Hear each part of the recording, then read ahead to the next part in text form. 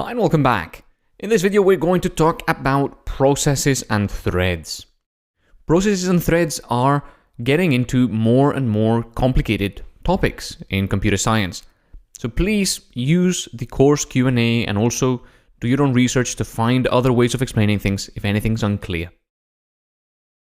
Processes and threads are two essential parts of how your computer operates, and all computers have processes and threads. Your computer has a number of cores inside it. A core is just a unit inside a computer that can perform some mathematical operations.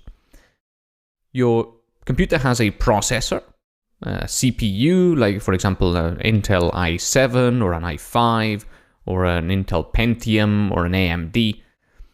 These CPUs, these processors, have inside them a number of cores, and each core is reasonably independent, although they can communicate with one another. Each core, I mentioned earlier, is a unit that can perform mathematical operations. And by the way, that's all computers do, is perform mathematical operations, and then when you have enough of them, they can do things like print things out to the screen and, display graphics and so forth. So each core can be responsible for essentially running one thing. So going back to our philosopher example, you could have one philosopher on each core. So each core is essentially running one philosopher, which, going to our previous analogy, is that one philosopher has the resources it needs in order to eat. So here you'd have 4 philosophers, each with 2 forks, eating because they've got the forks necessary to eat. Okay. Now, of course, again, in our previous analogy, we also had a number of waiting philosophers that were waiting to eat. And in computing, these would be waiting threads. These are threads or things we want to do that don't have the resources to run yet.